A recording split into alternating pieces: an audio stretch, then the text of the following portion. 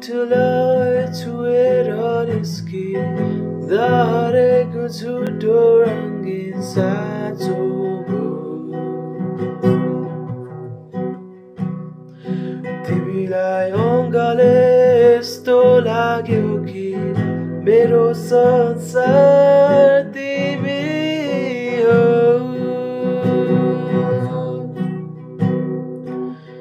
यदि अर्को जन्म हुन्छ भने दोहोऱ्याएर फेरि तिमीसँगै बितो।